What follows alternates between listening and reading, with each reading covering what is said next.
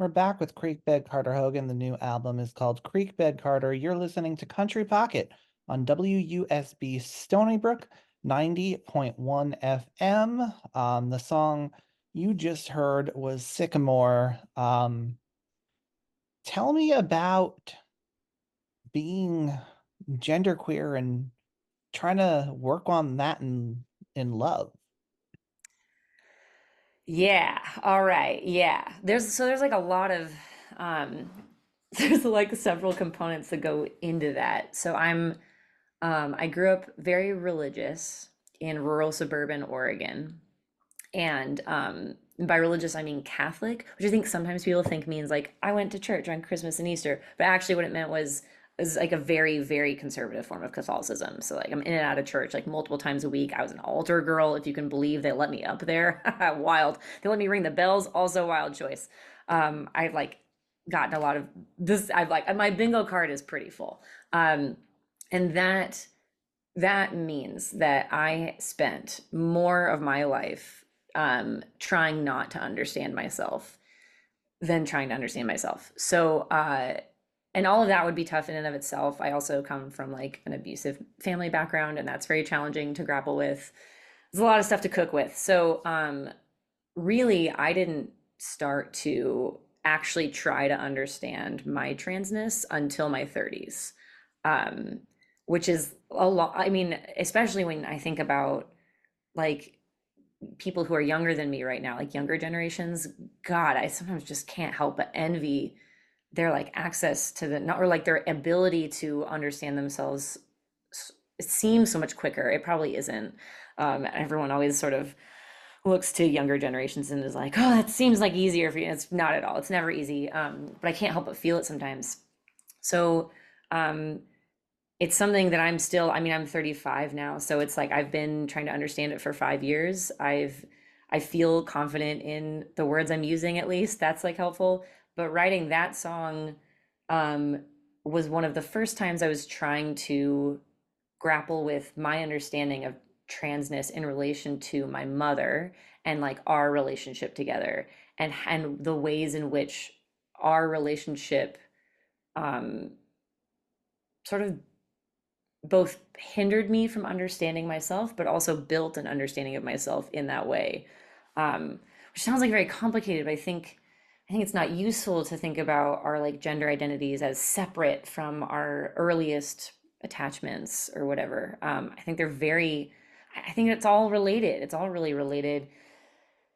It's like sort of Sycamore is sort of like an embarrassing song for me sometimes too, because it's like so simple. It's like very clear. I don't always like to be so clear. I like to be like sort of a funny guy or like a lyrical guy, but it's like a very clear song. And I was trying to be. I was like trying really hard for maybe one of the first times to look clearly at what I am and what I've been and where I'm going, and to have some like mercy for myself, I think. Does that answer your question? Yeah, I mean, it it definitely shows where you're coming from. Um, and yeah, I think society is built on this thing where we fit people into certain roles in society, roles in our lives, and we don't always know what to do with someone who doesn't quite match any of those roles. It's true. There's a long legacy of us. There's so many of us, and it's not always about gender, right? Like that's sort of the No. thing. There's like this myth that's of society that like there like everyone's this way, and there's only a few people who are outside. But I actually think most of us are outside.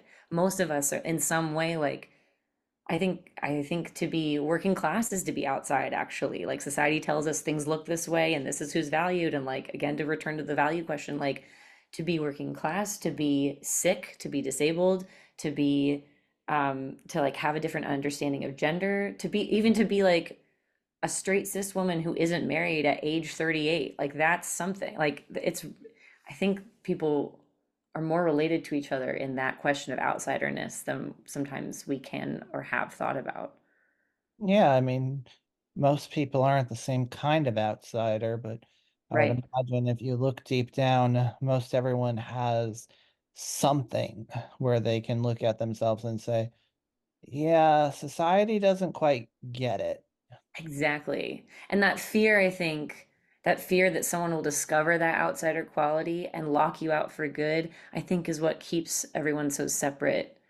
And it's actually a strength. It's like, it's a very beautiful, interesting thing about being a person. And society is, not to like do this, but society is one great lie. The thing they tells us is one great lie. And so it's, I think like writing and performing Sycamore is a way for me to like present my very small thing at the feet of everyone else and try as hard as I can to invite them to also find their small thing and bring it to the table. Well, you had a line in there about the shape and form of eternity. Yeah. Um, I think our understandings might actually fork off a little here. What do you mean by reaching the form of eternity? Well, how do you feel about it? I'm more interested in your answer on that actually than I am my own. Something about the concept that we're done changing feels a little off-putting to me. That's right. So you think that that line implies that we're done changing, or you think that it's saying there is no change, the end to change? I feel like the line implies that there is some final eternal form that we take. Oh, that's very interesting. What do you think? I think for me, it means more that, uh, or I guess if we're even talking about a final form of eternity, I mean, eternity is change, right? That's the big thing about this. Listen, you can take the guy out of Catholicism, but you cannot take the Catholicism out of the guy. And so my understanding of the world was first that like is a very Jesuit understanding, which is like God is change, God is love. Actually, Octavia Butler writes about this also in her Parable of the Sower series. Really, I don't know if you've read them. I read them again recently and was like totally blown away. But this idea that like God is change, God is within us, everything is always changing. That's the real form of eternity, that everything changes always. That it's that to reduce something down to one component is violent and anti-holiness. And so like I don't really buy into like the whole religion at all. I never did. It's not really religion's not really for me. The organization of it is not really for me. I understand why people need it. It's not mine. But that idea that like to really truly understand a sacredness in the universe is to understand that all things change, that all things are a part of everything. That is holy. That's helpful to me. And I think that's what I was reaching for in that line. That like for most of my life as a person, I've been asked to be one very small component. And actually, that's just not only untrue, it's impossible. We are all so much of it. And the more that we allow ourselves to be so much, the more we can pursue something greater. All right. I I think I understand the song a little better now. I have the same, as I have the same reaction as you do. Like, I don't think there's a final form at all. There couldn't be. How could there be? Do you feel as though, you know, people people in relationships with you, people in society in general, need to sort of understand your shape and form for everything to work out? Or is there still value to be found in things you absolutely don't understand? Oh, yeah, definitely the latter. I don't need it. I'll be honest, I don't think anyone can fully understand anything.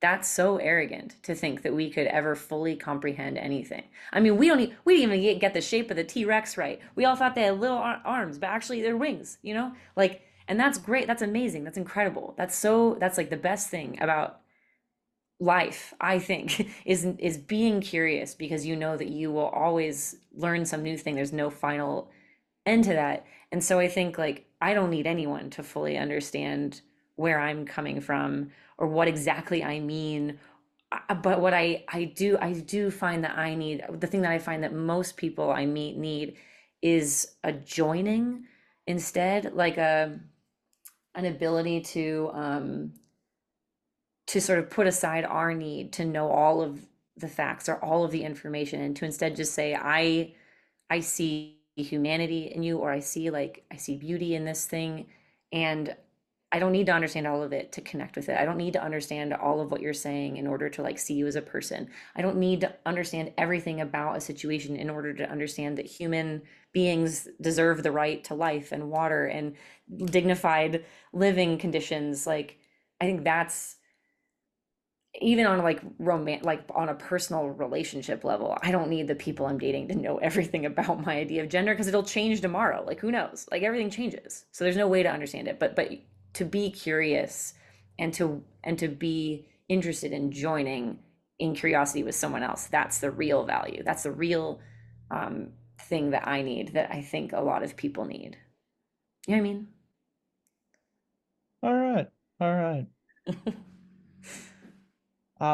I like to end my conversations by having our guest pick a song by anyone else to play to close the interview, and let's pick a song that touches on value in some shape or form for you. A song that touches on value. Okay, man, I sure would. Okay, I sure would love to recommend a band I love so much. They're called Large Brush Collection. They're based in Austin, Texas. I cherish their music. And my favorite song of theirs is Forgiveness is a Gift You Give Yourself. I think that's what it's called. Did I get it wrong? Sometimes I get the name of the. Okay, Large Brush Collection. Forgiveness. Let's make sure I got that right.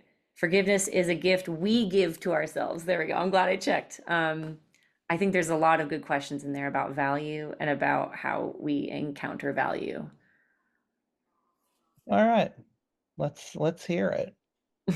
Ed Carter Hogan, thanks so much for coming on. Thank you for your lovely questions. This was so nice.